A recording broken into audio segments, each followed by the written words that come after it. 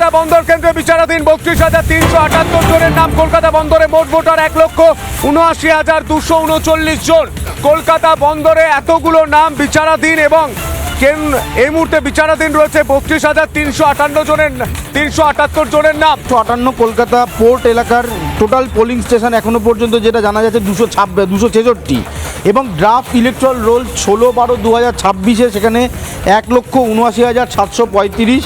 Final electoral গিয়ে দাঁড়াচ্ছে 1,79,239 এবং নাম্বার অফ কেস যেটা এখনো পর্যন্ত পেন্ডিং হয়ে রয়েছে প্রায় 32,378টি নাম নিয়ে এখনো পর্যন্ত সংশয় রয়েছে।